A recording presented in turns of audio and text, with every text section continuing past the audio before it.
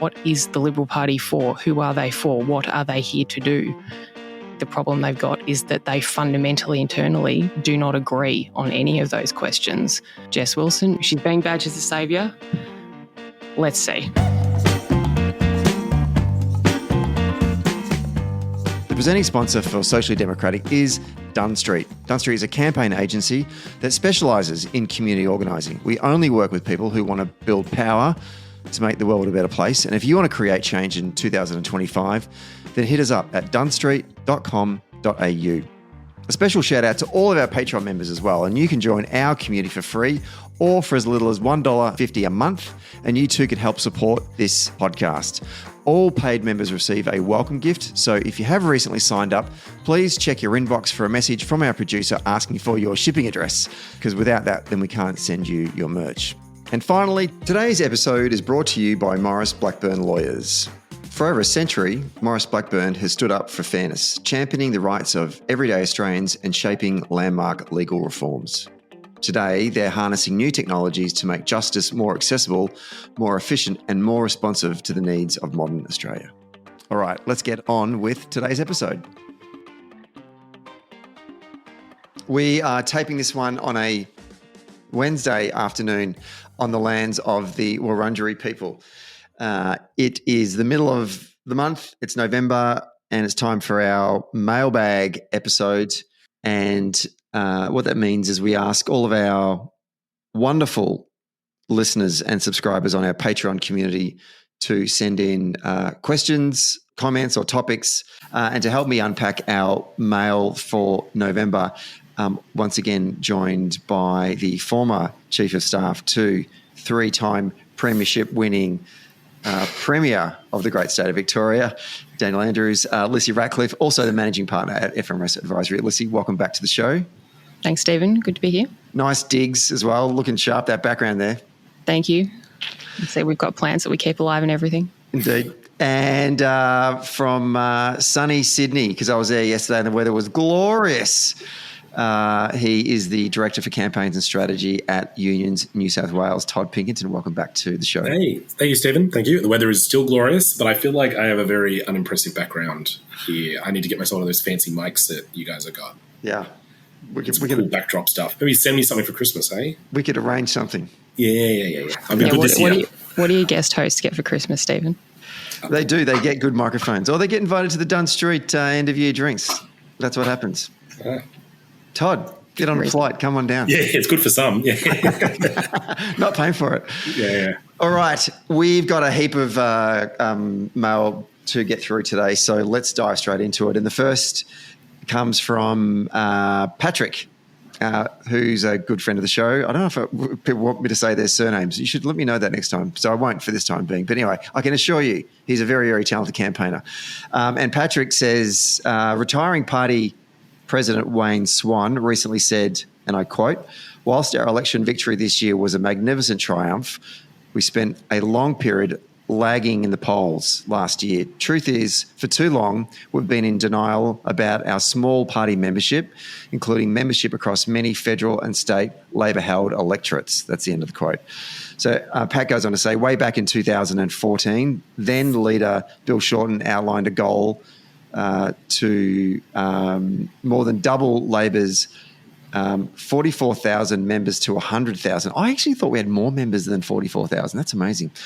I remember the days when it used to be like 77,000. Anyway, but it seems nothing ever happened. Pat says, in my time as an ALP member, we've never seen any work done to actively recruit new party members legally.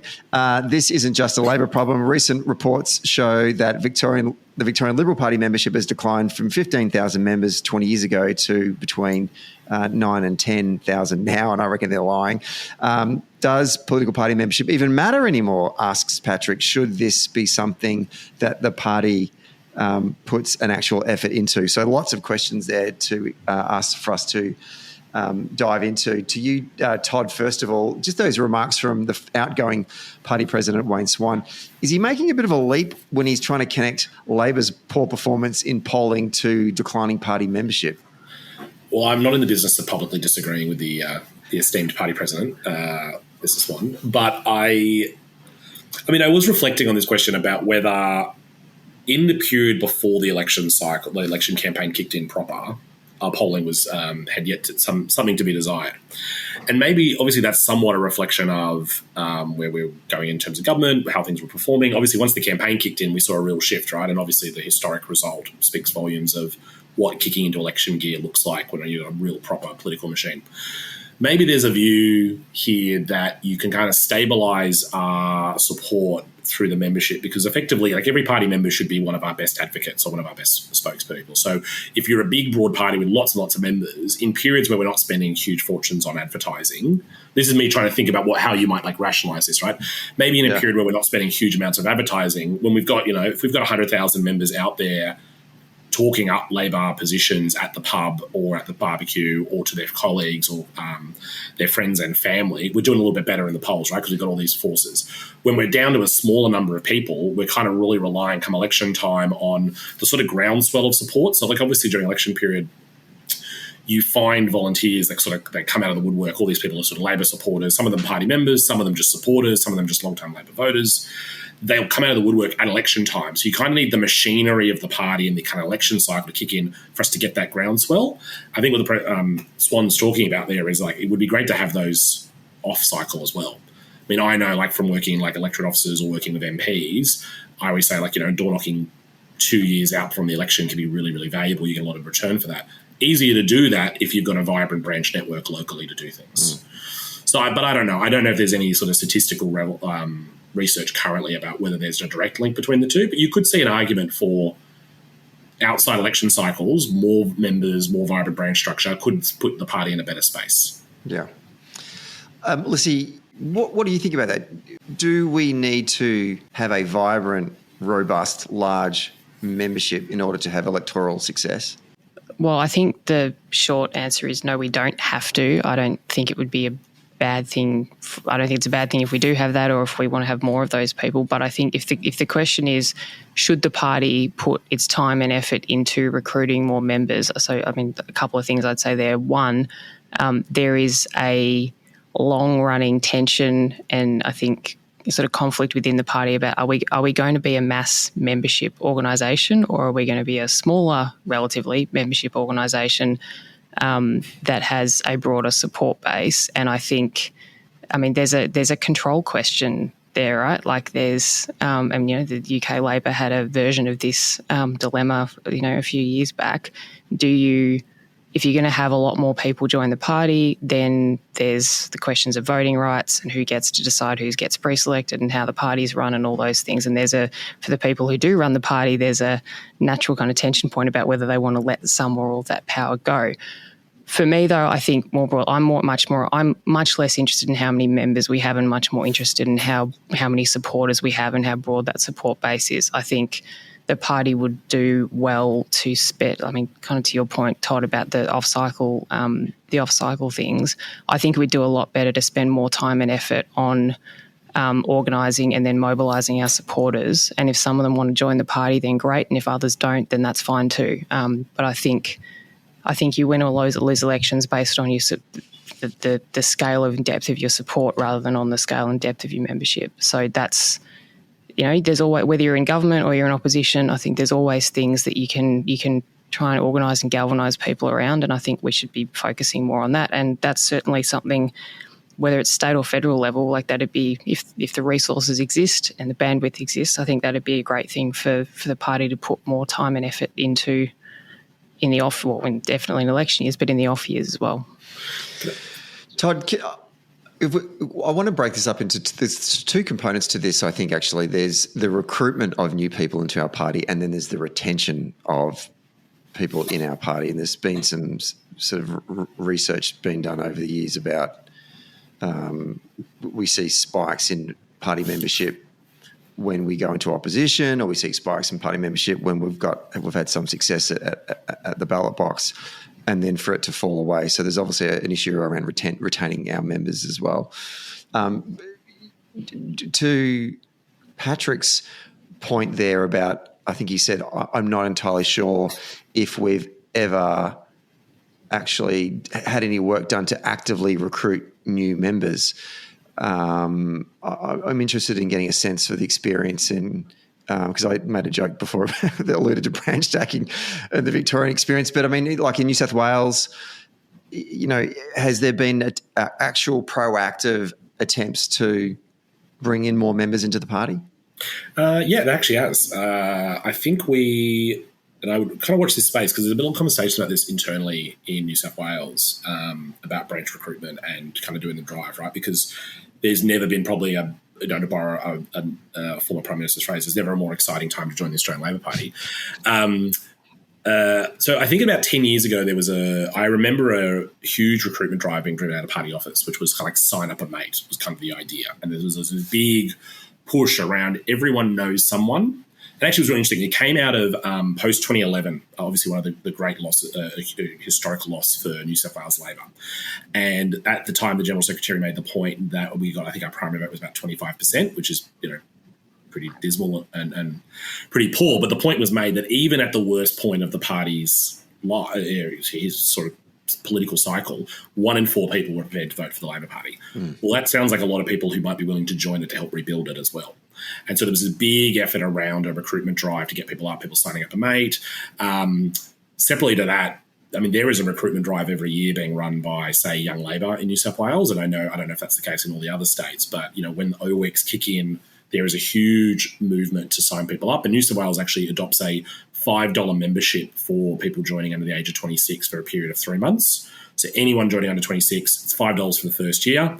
And it's basically like a nice cheap entry point to get into the party. And a lot of those people end up staying. So obviously we'll talk a little bit more about retention, but there are sort of these deliberate recruitment drives being done every year by Young Labor. And I think there is talk about whether that might be something we want to do in the future, whether there wants to be a more concentrated, deliberate effort to sign more people up to the party. To pick up Lissie's point before, right, obviously there's party members and there's supporters. I'd be really interested to think more about whether the number of party members we have is a function of how many supporters we have, or whether the number of supporters we have is a function of the number of party members. So the more party members we have, does that help us find more people to support us as an organisation? And I don't just mean voters voting, like voters in support, but people who actively are saying that they're pretty solid on Labor. So maybe there's a bit of a cycle there, but maybe that's the case, right? Is our job to sign supporters up to being members, or is our job for members to go out and build the base of supporters? I feel like I'm talking around in circles now, but that could be the basis for a recruitment campaign in the future. Lissie, do you have any thoughts on that? Well, Stephen, I'd be, I think, interested in you have a bit of experience probably across many states, but particularly Victoria in 2014 and 13 for the federal election, then when field was just starting to take off here. Like, we explicitly weren't going after party members. We were looking for supporters and seeing if we could activate them in a different kind of way for a different what then was a different sort of activity. So I'm actually interested in your view about that. So I distinctly remember when I first was appointed Assistant Secretary for the party, I got sent up to Queensland in 2012 to help on the Queensland state election, and the Anna Bligh government was very much on the nose, and I was in far north Queensland looking after 3 campaigns, and the relationship that the government had with the trade union movement was poisonous over the issue of privatisation. So no one in the trade union movement was sending any of their people to staff booths or do letterboxing.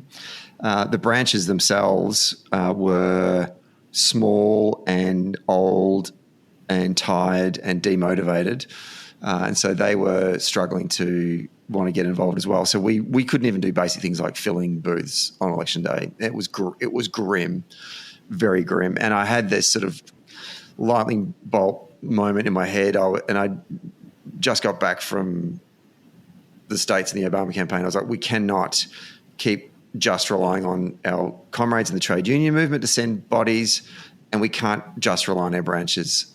And I didn't get a sense that our branches were actively trying to recruit more people. So therefore the solution is we need to go find Labor supporters and get them involved in our campaign. And in some ways that kind of became part of the mantra of the field program in Victoria was not just to bring volunteers in our branches to go knock doors and make calls and do tactics that are around direct voter contact, but also then go find supporters as well.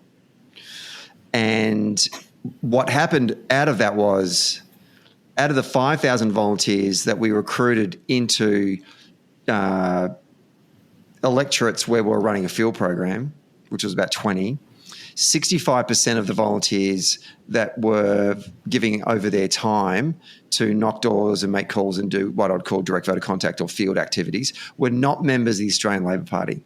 And I'll admit, at the start of this journey, I was thinking, I quietly was self-doubting our ability to do this. I was like, man, if we pull this off, this will be amazing. But even I don't think we can do this, but hell, let's give it a go. And then when we started to analyse the data after the 2014 campaign, turns out 65% of them weren't even party members. And so when we actually then did a post-election analysis, and we got all of our field organisers to sit down with all their volunteers and survey them and ask them, how did you get involved? Why did you get involved? Why did you stay? Were you a party member? All that kind of stuff. What we found from the people that weren't members of the party, they got involved because someone asked them. No one had ever bothered. They didn't know how to get involved in politics at that level. They may have thought about, that would be interesting, but they just didn't even know where to start. It's not like, I want to become a Catholic, I go to the local church and then speak to the priest about converting, right? How do you do that? No one knows how to do that. And we asked that, the vast majority of them of how did they get involved in the campaign? They got a volunteer recruitment call from either the field organiser or from a volunteer leader. That's how they got involved in the campaign. Why did they stick around? Well, they stuck around because people sat down and wanted to find out about them and asked them about what's important to them and gave them a space to commit their time and their resources and their stories and their motivations and their skills to this bigger thing that was bigger than everyone. And they found it incredibly intoxicating and they loved it, right? And so when we think about, well, how do we get more people into the party? I don't want to say community organising is the silver bullet, because it's not the silver bullet, but God damn it, it is a pretty big friggin' rocket, right? And it's something that we've not been doing. So when Bill Shorten says, let's get 100,000 people into the party, and no one comes up with a strategy to do that, then you're not going to hit that goal. The goal's a wonderful thing, but if you don't have a strategy, then you're not going to achieve that. And I see a lot of branches hire membership engagement officers and they think that's the solution. And you're setting that poor person up to fail. I always feel sorry for the person who gets hired as the membership engagement officer, because you cannot lob the responsibilities of such a huge, gargantuan task on one poor person. It takes a village. Like Sarah Alamain said to me when I was in Washington, D.C. with you, Lissie, on that sort of exploratory kind of, 3 weeks of trying to work out how the hell we import the Obama model into Australian or Labor Party politics. Sarah said to me, Stephen, you cannot do this on your own. You need to find people with you. And it's the same with this whole challenge of trying to recruit more people into the party. We can't just give it to one person, right? And so therefore it requires organising, and that means it requires hiring field organisers and early. This has got nothing to do with winning election campaigns now. This is actually about trying to actually grow our membership years out from an election campaign, hiring organisers and giving them the tools to go into communities, either work with local branch networks or work with communities to actually bring people into, not even just into the party, but just into our world. I've seen some interesting things happening right now in Melbourne where the local branches are running campaigns around an issue at a local level. It's got nothing to do with branch meetings. It's got nothing to do with policy, all that kind of stuff. They're just trying to get active. It's got nothing to do with the election. It's just an issue that's pissing people off locally and they're getting organised. That's great. We should be supporting that kind of work. And I'm sure there'll be plenty of people in all of our branches right up and down the country. If you gave them the tools, and by tools I mean train them how to organise, then that will happen. It'll just by osmosis. And one more thing to say before I throw it back to you guys. This is how, pardon my French, this is how fucked it was in Victoria. That at an admin committee meeting, when I was a party official, so I'm accountable to that body. That's the body that elects, that is the body that hires and fires me. And when we were doing the field program, and we're sort of halfway through 2014, and you can clearly see thousands of new people are getting involved in this campaign. Like there's phone banks where there are, not 3 people, but 30 or 40 or 50 people. And just you could walk around and go, oh, you're new, right across the state, right? And someone from my own faction actually got up and said, Stephen, we see this field program of yours, as if it's mine. We see this field program of yours. Can you guarantee me that you are not recruiting people into the Labor Party to further your own political career? That's basically what the question was. And I just stand up and say and reassure this person, yes, exactly. Can I reassure you, person X? No, our field organisers, not mine. Our field organisers are not recruiting people into the Labor Party for their own political benefit. Like, isn't that pathetic? That we're so insecure in this world right now that we're worried about field organisers who are trying to get their frigging MP or candidate elected are being accused of branch stacking. Like, that's how arse about it is in Victoria. I don't know what it's like in other states, but that's pretty on brand. It's pretty on brand for Victorian Labor, and like the hypervigilance, like.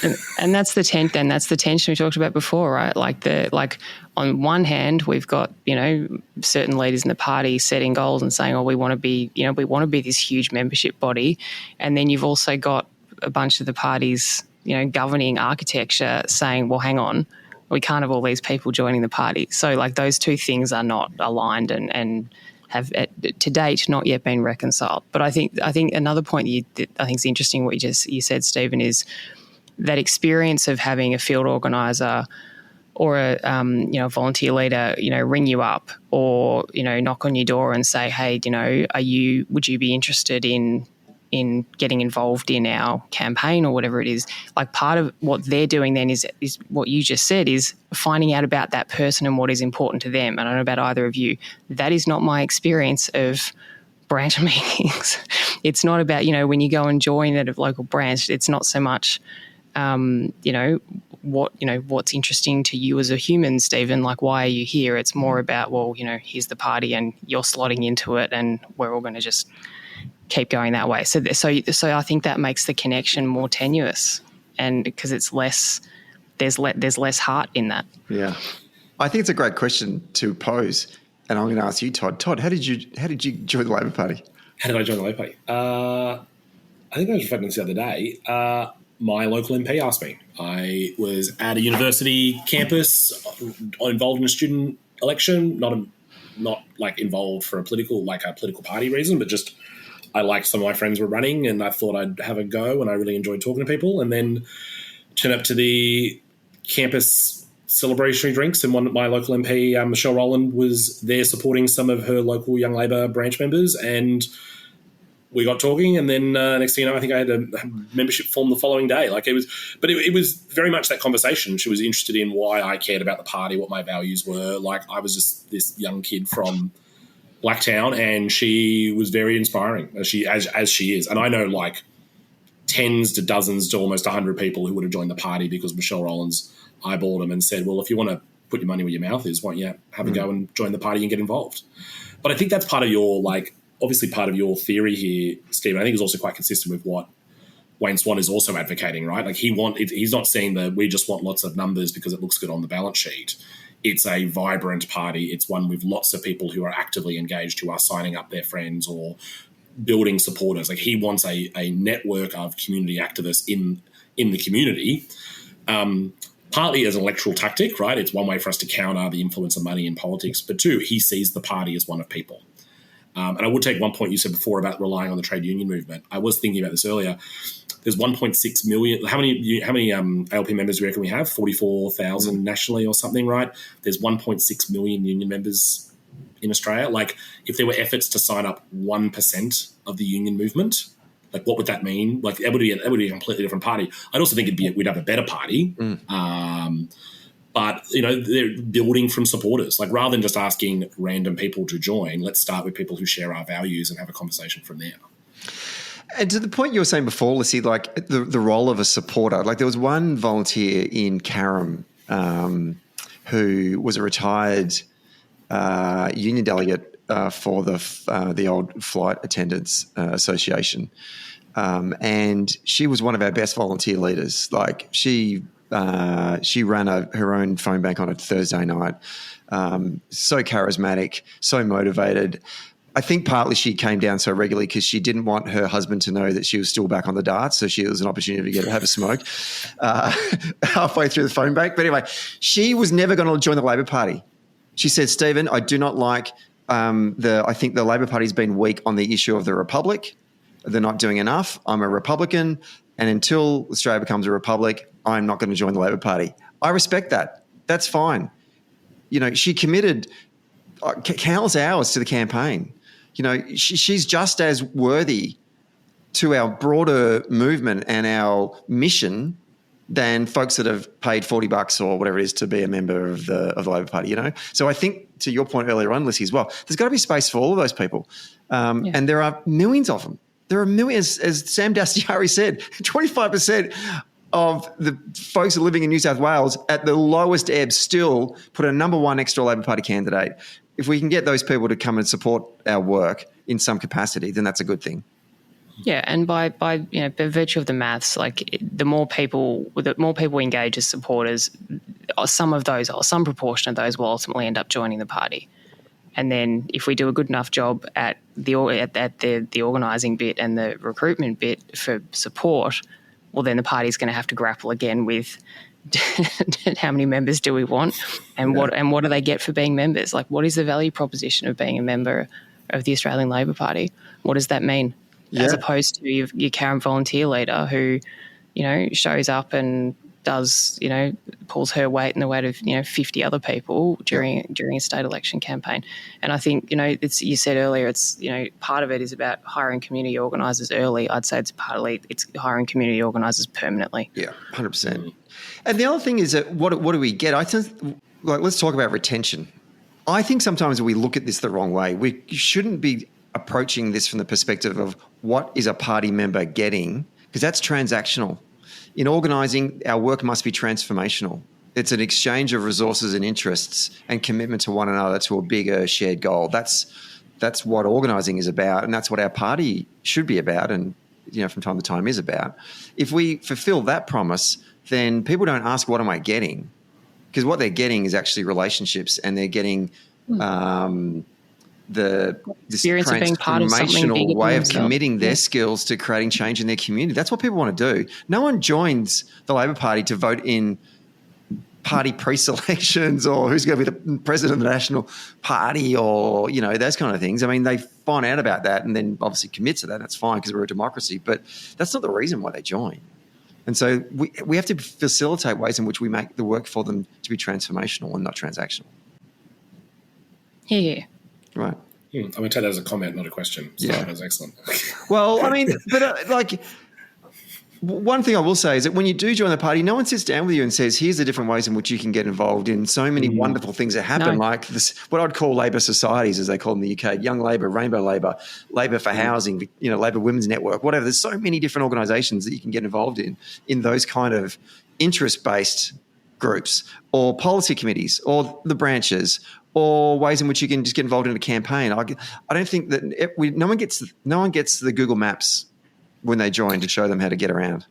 But in my experience, I think people join through one of those bodies, right? So say you join at an O Week, there's almost certainly someone from Young Labor will call you and catch up with you. If you join through activism of, say, Rainbow Labor or like the Labor Women's Network, I think the question will be, what if someone literally just joined online? Like they just Googled, which happens, right? Which happens, right? Where's the induction, right? I presume that their membership gets sent on to a branch. Sometimes the branch calls them, but in the same way, just like mirroring a campaign, they turn up on your list of like leads. You call them, you schedule a one-on-one, you explain the campaign, the theory of change, the shared values, the opportunities, and that induction. And then when they go into the branch meeting, they're much more engaged. There obviously are people that join branches almost directly, say they know someone in the branch and says, oh, come along, we're having a politics in the pub. And there's an induction, like a sort of supported journey. But I do wonder how many people just literally just join online and fall off. And never hear from anybody. Yeah, never hear from anyone. Yeah. And obviously, like when people do join through those networks, that process can definitely be better. And there's definitely going to be a better process for when, say, you join Young Labor and you get really, really involved for 5 or 6 years. And then when you age out, you disappear from the net, like you leave or you don't really get handed on into the branch. So is that retention journey, like where people go over the course of their time as a party member, is also like super important. Yeah. I'd be, I mean, Stephen, there's a whole lot of listeners and viewers for this podcast, and for those who are Patreon subscribers, like I'd actually be interested in other people's experiences. So maybe you can leave comments and tell us whether, does your experience kind of align with the things we're talking about, or do you and I'm sure there's differences around the country too, or in different parts of, different states, but I'd be interested in what other people's experience is. It's a good point, Lissie. There's a job for Grace to set up a little chat on our Patreon community. We have a bit of a yarn about that one.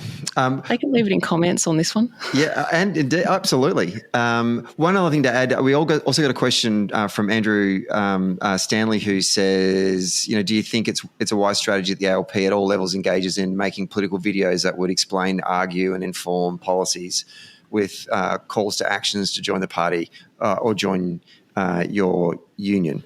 So obviously, as I said before, the organising element isn't the silver bullet. There are other ways in which we can engage with folks out there. I don't know. What are your thoughts? I'll go to you, Todd, first, and then Lissie second. Are we doing enough in that sort of online space to try and show people ways in which you can get involved in our party, that it is that you can engage in the political process? Well, I think the party's got a pretty great digital infrastructure. Like, if I'm being honest, I think the last election shows that there is a lot of money being invested, a lot of resources, a lot of really great talent going into the sort of digital space. But a lot of that energy obviously is focused around communicating with voters to persuade them towards Labor, not necessarily the engaging our people who are already supportive of us. And that's my sense of the question, right, is how are we arming the people who already agree with us with the talking points for them to go out and argue the case? It'd be an interesting experiment. Like, I'd be interested in whether there's a webinar series on our policies, because at times we need it, right? Like, there's a different role for the party infrastructure and the branch membership when Labor's in government and when it's not. When we're not in government, where there's a lot of work on running the attack campaigns, the standing up against the trying to stop the bad things that the Tories are planning to do. But when Labor's in government, there's actually a need for us to really advocate our position in the community. And I sometimes think that's where the party struggles. I think we've gotten really, really good at like smashing our opponents and less good about prosecuting our position against opposition when we're the decision maker. And not necessarily from the parliamentary party, but maybe just in the way we like arm our rank and file. Like, obviously there's big debates around, say, like the EPA, which I know there's been a lot of organising on, like, are we arming our party membership with how to talk about it in the community, how to sell the concept of this environmental regulator and the pros and cons of it, and why it's a good call, and why maybe both the Liberals and the Greens are going to oppose it. So I wonder whether there's something in that. Interesting. I mean, I'm also a little bit worried about, when you're explaining, you're losing in a comms debate, right? But if it's just for party members, it could be really valuable. Yeah. Lissie, do you have any thoughts on the role that digital can play in growing a membership?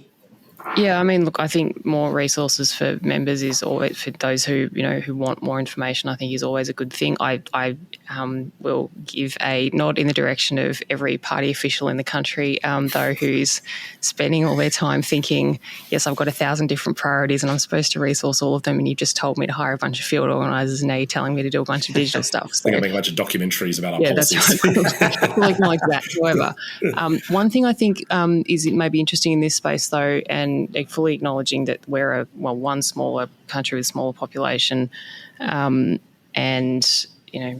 maybe lower engagement levels. I don't know about that, but in the US at least, there's a very big network of digital content creators and influencers who are not. I mean, they don't have the same sort of party membership structure that we have here, obviously, but who are engaged very heavily in creating content that not all of it's about explaining policy, but some of it is. And so it's not just that, whatever the Democratic National Committee is kind of churning out by way of kind of party branded content, but there's this whole network of kind of loosely aligned, affiliated, whatever you want to call them, other people who have their own followings online who are creating content that helps give context to political issues and debate, and in many cases, like some of the best content I've seen about different policies that the Democrats are for or against has come not from the party and not from elected politicians over there, but actually just from people who are, that way inclined and have built a compelling, communication style with whatever their platform is, and they deploy it for that. So I think that's. I'm not going to pretend I know whether that's something that the party here, at the ALP here, has kind of looked at seriously. I don't know whether we have the depth of those people here in Australia to do that, but I think that'd be interesting. It's such an entrepreneurial spirit in the United States as well, because we think about the Democratic Party as this big behemoth organisation. It actually isn't. And so it falls down to a lot of folks to do it themselves. Like you think about Ross Morales-Ricetto, who we've had on the show even a number of times, and Amanda Lippman, they started Run for Something because the Democratic Party just wasn't very good at getting candidates to run for down ballot. I'm talking really down ballot race. I'm not even talking like state house. I'm talking stuff below that, like dog catcher and school boards and, town treasurer or whatever, town crier. So trying to get particularly young people to put their hand up and then supporting them in that journey. This should be done by the party, but it's not, right? So and I think in Australia we have a little bit more, I think the party does a very good job, but we often just sort of think, the Labor Party should do it. Whereas I think we need to be a little bit more entrepreneurial in the ways that we should solve some of these problems and not have to just leave it up to, as you said before, Lissie, these poor party officials to do 10,000 jobs when they've only got 6 days in a week to do the kind of work they need to do. I think we could talk about this forever. Maybe we need to do a longer episode specifically dedicated to this issue. But Pat and Andrew, thank you for that question. Let's go to the next one. This is from Ian Hume. We're a year out from the next Victorian state election. It's almost actually a year and probably a week to the day. What are the three biggest threats to Labor winning a fourth term, and what are the three biggest opportunities that they can take advantage of? Now, Ian sent this question through before the Liberal Party knifed their current opposition leader, Brad. God, he's got knifed and I've already forgot his name. I'm blanking on his name. Brad Batten. Brad Batten. Easy yesterday's story. And moved on to someone else. So I actually thought what we could do is, because this has been a weird week for the Liberal Party, both in Victoria, in New South Wales, and at a national level, because they've got a bit of a problem. Ian, we will get to your question, but I actually just want to quickly just do a bit of a round the grounds analysis of what's going on for the Liberal Party in opposition, starting in New South Wales and you, Todd, because the opposition leader there is, when I was up in Sydney, I was reading the local rags, and his leadership is being questioned once again, and their coalition partner in the Nationals lost their leader this week under unique circumstances, one would say. How are the Tories going in New South Wales under the shackles and the shadow of a Minns Labor government roaring to election victory in March 2027? We'll see. Yeah, it's hard to know. I mean, obviously, there's a lot made out about this proposed killing season. This sort of it's the best time ever to the sort of bring out your dad and change over, because they get to sail through they get to set the office up over the Christmas period, I guess, is the theory. Obviously, the Nationals have changed their leader. He resigned from the counts, a bit of numbers lost internally in the party room, but I feel like that sounds like the more we're reading into it, sounds like more about something like personal and just whether he wanted to continue to do the job. Yeah. I'm interested in the conjecture around the sort of commentary around Speakman, because I think it's interesting in it, because I do wonder whether sometimes the media is trying to kind of run the line before there's actually any rumours. Today I saw the Herald did a hypothetical numbers tally between candidates where they had who Speakman would vote for if he was rolled. And they had two people in the maybe column, as if the papers are going around and doing whip counts on Legion. But maybe they are. I don't know. It'll be interesting to see where it happens. But I do sometimes wonder whether there's this new frenzy around the killing seasons a little bit. It's maybe getting ahead a little bit of where the politics are, but it wouldn't be the first time that the sort of the media commentary ends up starting to lead the politics, right? If they could wish it into being any jurisdiction, the media would 100% do it. Yeah, I think it was also like we're heading into the sort of quiet period for yarn, so it's not bad to have a few good ones coming up, But we'll wait and see. I don't know. There's not a lot of state polling in New South Wales, and while I do think the New South Wales government is getting it right on like a lot of things, there's obviously some stuff that obviously I work at Unions New South Wales, and with the New South Wales Union Women, we've got some ongoing disputes with the state government. One in particular at the moment around workers' compensation, and where the Liberal opposition, I think they, in particular, their view on it, they've taken the sort of the same view, actually, the union movement, sort of this up is down, down is up in New South Wales at the moment. I think they are getting to the point that actually if you're going to be the opposition, you have to oppose things. So rather than kind of working with the government over the first year and a half on things, they're actually going to start taking some principled positions on things. It'll be interesting to see how it pans out. I'm not necessarily sure that there's a leadership change coming, but then again, I wouldn't know if there was one internally in the Liberal Party. Because we're taping this one on a Wednesday, and the state parliament in New South Wales is currently sitting for the final week. So they're kind of like, by the time this is aired on Thursday night, Friday morning, we'll know. But they're kind of running. There might be another week next week, depending on what happens on bills this week. They've got the reserve week that everyone's getting. No one wants to do, but it's the reserve week we had to have might be where it ends up. Yeah, right. So we're kind of on the clock, though, right? Or the Liberal caucus is kind of on the clock if they're going to do it. We'll see. As I said, it's interesting. I do wonder whether maybe sometimes that's the media pushing it out more than anything. Yeah, right. Well, the media didn't push it out in Victoria because they just did it to themselves. They've had their third leader inside a year, which I think must be a record, and their sixth leader since 2014. Like Daniel Andrews and Jacinta Allen have seen off 6 different Liberal leaders over the tenure of this government. And so Brad Batten got rolled in a caucus vote yesterday morning, and they've now elected Jess, is it Wilson? No, yeah, Jess Wilson. Lissie, what do you make of the election of this new opposition leader? Well, I'd say the media has been absolutely desperate for this to happen for months, so has been barracking pretty hard for some time. But yeah, here it is. So I'd say a couple of things. I think one, now that the media have got what they wanted and they've the Libs have shot the leader and installed the new one, they're now engaging in this unbelievably breathless kind of beatification of Jess Wilson as the new saviour of the Victorian Liberal Party. I think there's been. Which, let's be honest, there's a fair bit of pressure to stack on someone or anyone, let alone someone who's been in the parliament for 3 years.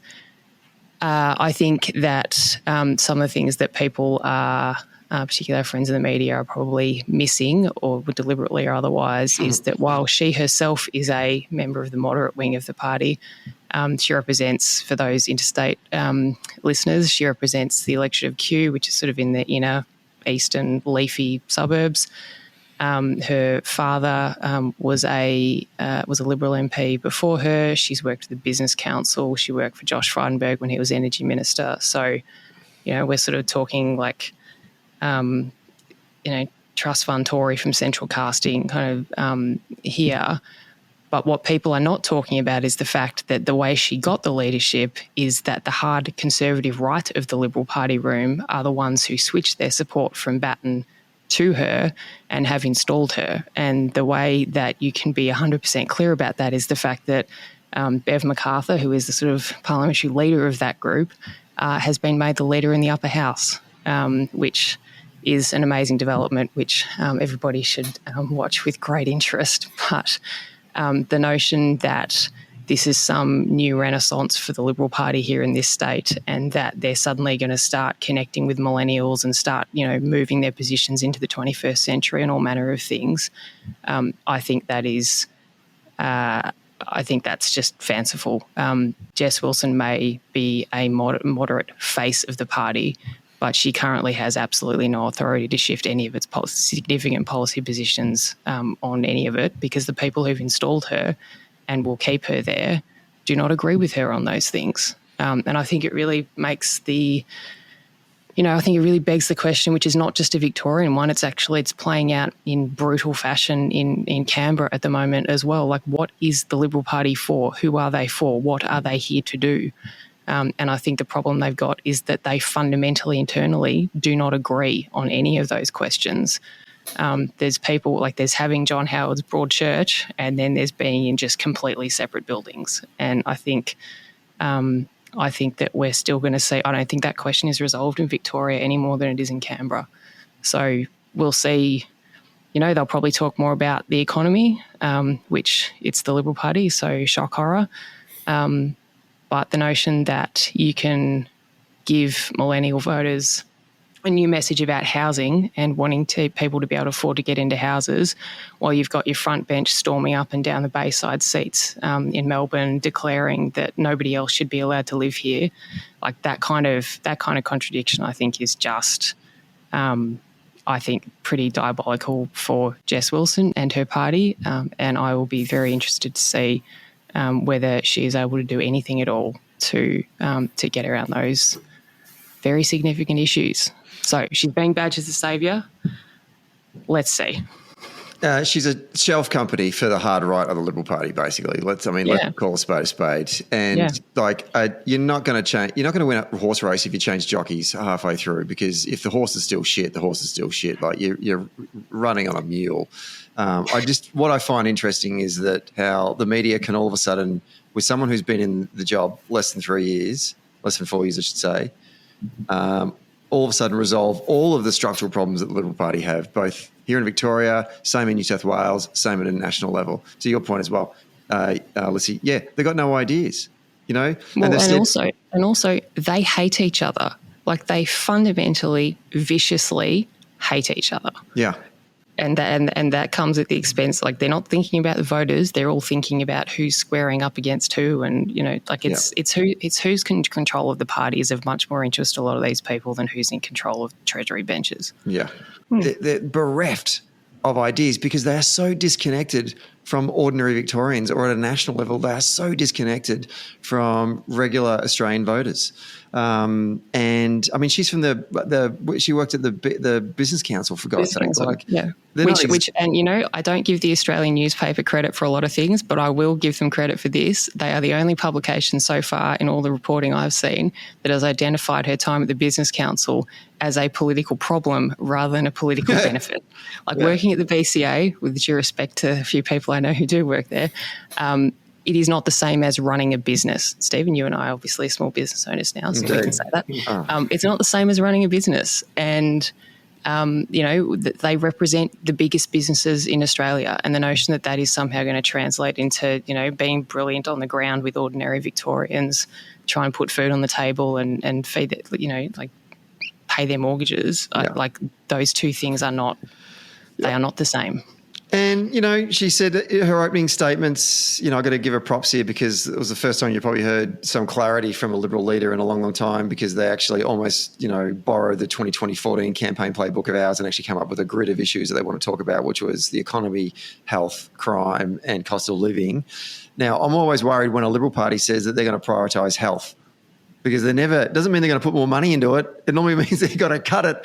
And if she's saying in one breath that she wants to get the budget back on track, well, then my question is, Jess, what are you going to cut?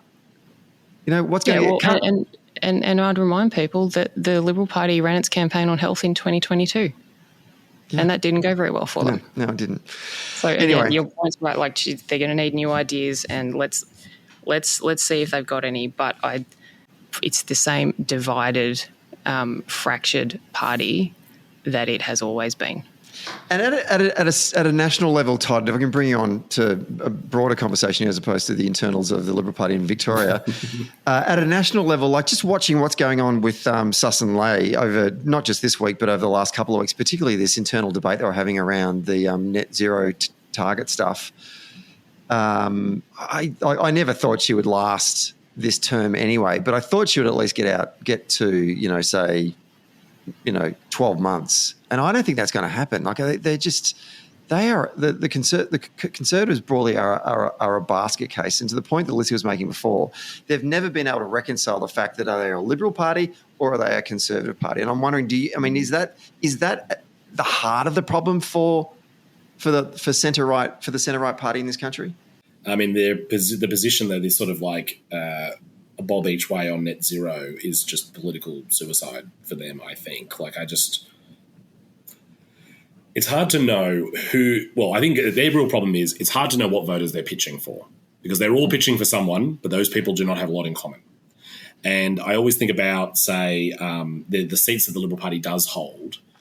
I mean, you can maybe on the maybe to better explain it is to think about the seats that Labor now holds federally, right? Where the seats that Labor are now holding are some of these like more multicultural, younger, aspirational seats. Some of the places that the Liberal Party would traditionally try to go after.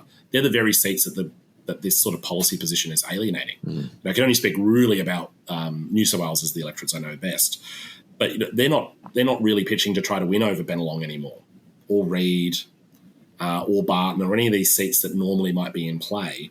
They're sort of doubling down on seats being held by the Nationals or seats in sort of outer suburban places. I mean, I think we talked at the podcast I was on about the election before, right? Like Dutton's whole strategy was to try to win places like Hunter and Patterson, these sort of like outer regional or provincial towns on sort of the outskirts of sort of post-industrial areas around this sort of net zero position. They tried that last time and it didn't work. And if anything, they're now going to double down on that and make no attempt to pick up any of the ground they lost to the Teals or any of the ground that they've lost to the sort of like almost like new Labor-style candidates that we've got running in sort of suburban Sydney. And I imagine much in the same in Melbourne, and clearly what's happening in Adelaide, what's happening in like the seats that we are winning in WA and in Queensland. I guess for them, it's that if they can't pick the centre, they're going to try and pick either side, and that's just that divide between, are they a party for Sydney's North Shore or a party for like out bush? Well, the mathematics on that just don't work out, right? Like there's not enough. There's just not enough seats in that second one. There's not enough seats for them to form a majority government if that's all they're going to be. Yeah, and ultimately, to your other point, Todd, like you know exactly, like you can't be all things to all people. Like you've got to, and if you're trying to be, you know, some light version of this right wing outfit, well, then why won't people who are attracted to that pick the real deal, and then they're going to vote for, you know, One Nation or somebody else, you know, in that sort of space, which is where you get into the, you know, like reform in the UK. Like it's that kind of, or pick the people who, you know, who sound like they mean it when they say it. I wonder whether also it's like, I mean, one of John Howard's great strengths, right, was his ability to bridge the Conservative and the Liberal wings of the party together, right, and to think about compromises and compromise internally, like the bend, don't break strategy. I mean, one theory that makes me think is this just they just don't have the candidates who can produce that kind of leadership, who can bring their two wings together. The other party is probably the demographics are moving against them. Right, people moving out into the suburbs, moving away from regional areas, or those that are staying in the regional areas are becoming more upwardly mobile or more young professionals. You've obviously got the explosion in millennials and Gen Zs coming as well. They're missing the base on it. Yeah, that's the only bit I'd push back on. I don't think, like I've always sort of said, that demographics isn't destiny. You've got to make the argument to those people, and I just don't think the Liberal Party have done that at a state level in most of our state jurisdictions for a while. New South Wales probably being the exception there for a bit, and at a federal level as well. I also should acknowledge that at a federal level for Labor, things have been pretty grim for us for quite some time. The fact that we've won 2 elections is actually amazing and remarkable, but that's been a rarity, really, and we need to hold on to that and double down on that and make sure that becomes, But let's not just say, "Oh, the Liberal Party are a disaster. Demographics are moving against them, and they'll never get back." Because if they just get their house in order and actually start to run proper centrist campaigns with ideas that appeal to these particular demographics that aren't voting for them in the moment, those voters will switch. You know, they're not. Oh, I'm not disputing that. I think my point is that the demography is moving in a way that they are just not paying attention to.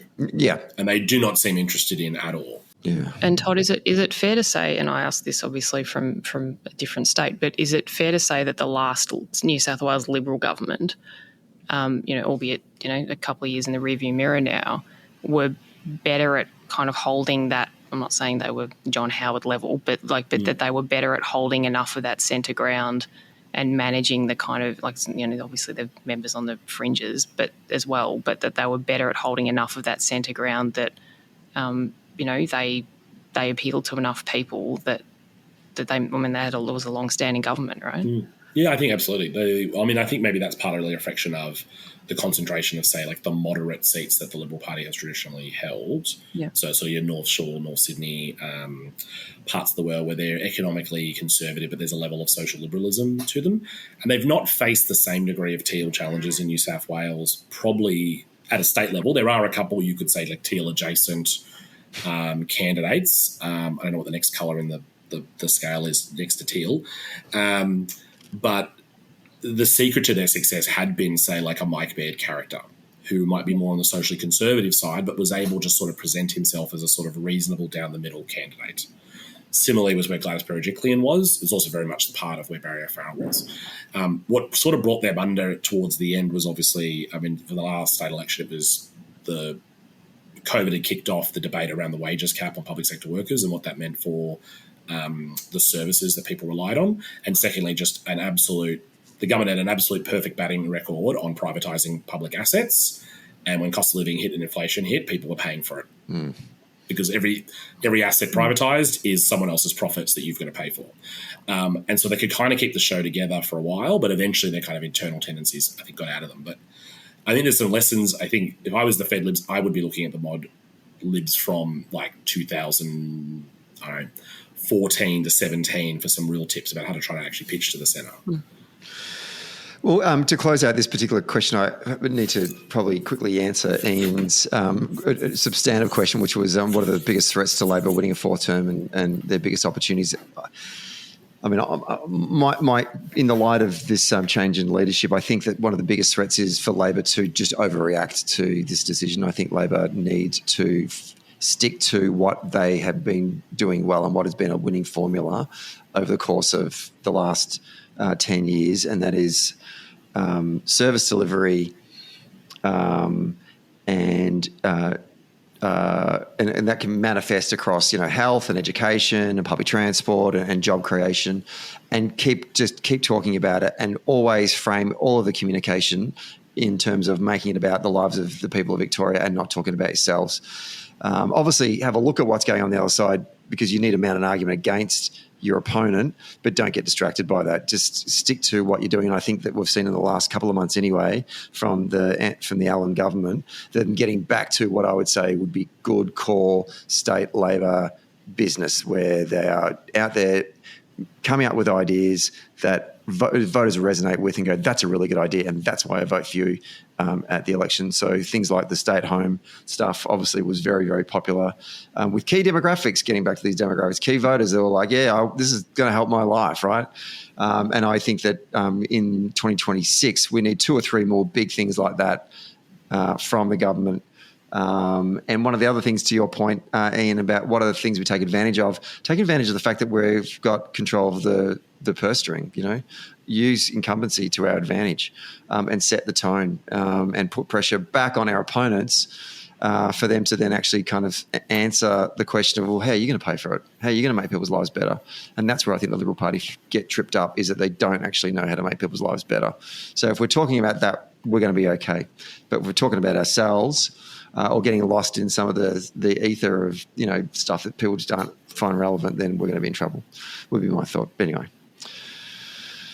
Okay, second last question. We'll do these 2 quickly. One's from Capital Bomber, also known as the Paul Vanderhaar of Canberra. He's asking, federally, we are watching the coalition implode. Yes, they are. We've just talked about that.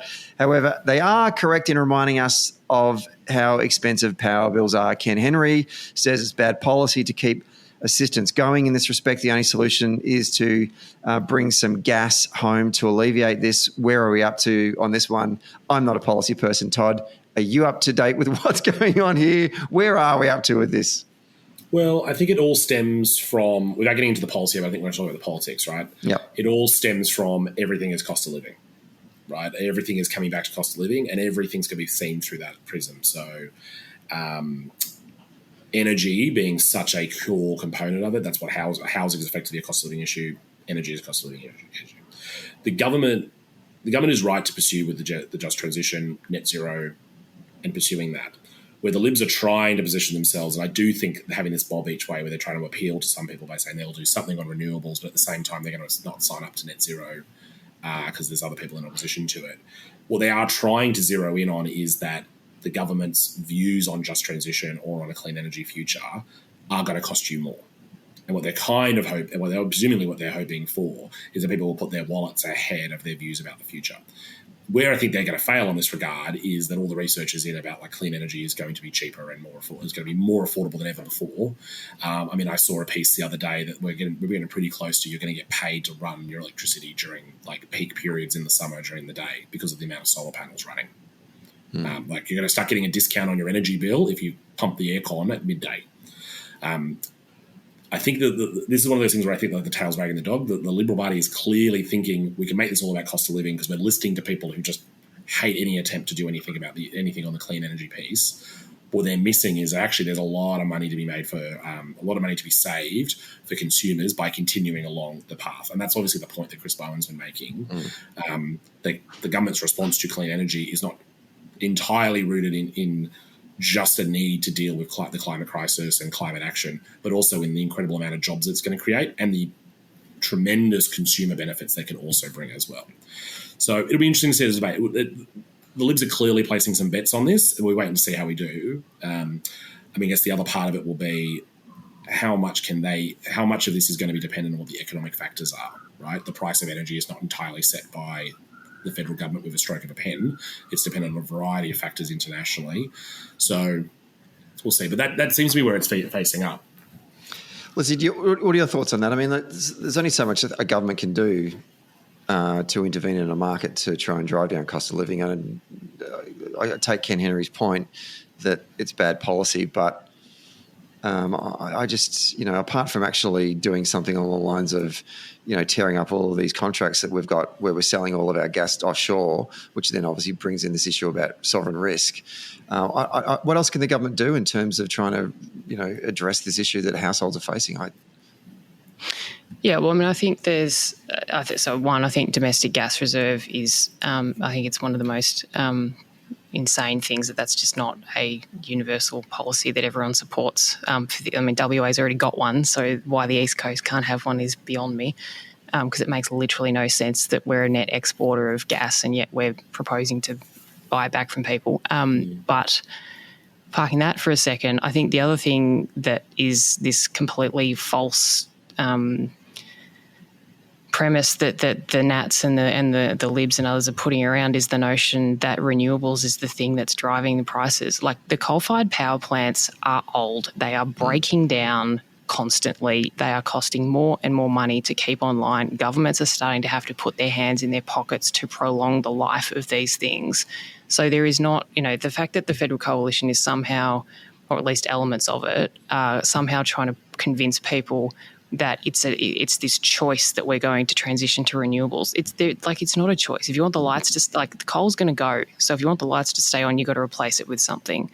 And the only things that are available to be built at scale on anything like the time frame we're going to need are things like wind and solar, and there's hydro, and there's other batteries and other things. But the notion that decision point is gone. It doesn't actually exist. And the people like Matt Canavan and others who run around pretending otherwise are basically just lying to people. Again, supported by certain elements of the media. It's just not real. And I think to your point about, how much can governments do? Well, the market has, from both sides of politics, have decided that the market is going to drive this transition. I do think there is a genuine question about, is there any other completely critical service that underpins every aspect of our lives and the economy and everything that we do that we leave to the market? And I think the answer to that is no, there isn't.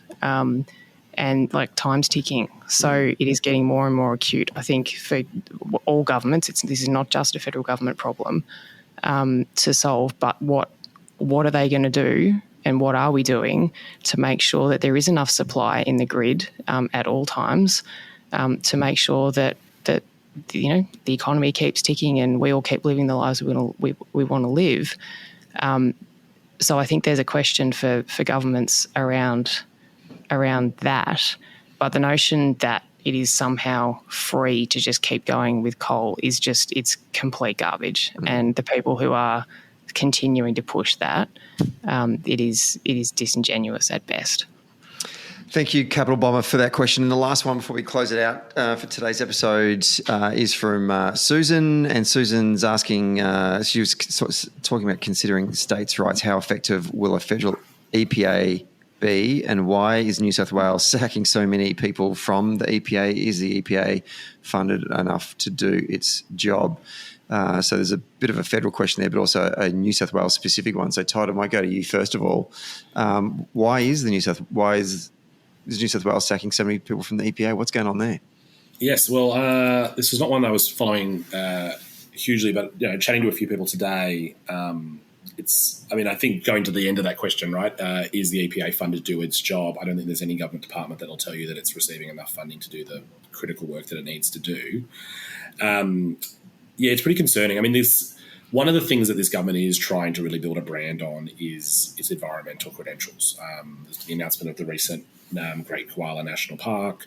There's been a whole variety of policies they've done. There's a lot that this government is borrowing from or paying tribute to in sort of the Carr government and the way it sort of presented itself as like very, very strong on the environment. But proof's in the pudding, right? Like it requires, you can have strong environmental policies and you can have strong ambitions in environment. If you're not funding the people doing the work of it, and we think about the EPA as it might be some sort of like bureaucracy sitting somewhere in Sydney, declaring what's good for the environment and what's not. We're talking about people who go out and work out whether or not asbestos levels are too high. We're talking about people who are checking out what is happening on PFAS. Like there are health and safety concerns to whether or not we have frontline staff happening at the EPA. The government's been doing a sort of reorganisation, change management across a variety of the departments. That's not entirely unnormal to happen, but it is quite concerning that the number of these sort of jobs that are frontline are on the chopping block. It'd be interesting to see whether they continue with it. Obviously, the government's feeling like they're under some budget pressure and they want to be really, really strong on their fiscal responsibility. But I would caution that if you want to put forward a position to voters at the next election that you're good on the environment, you are going to need to resource the people who actually make sure that happens, because you can't do one without the other. In the same way that we can talk big about huge investments in health or in our schools, but if we're not paying for nurses and health workers and cleaners and security guards and teachers to be in those departments, it's not the same level of it's not the same commitment to the service delivery.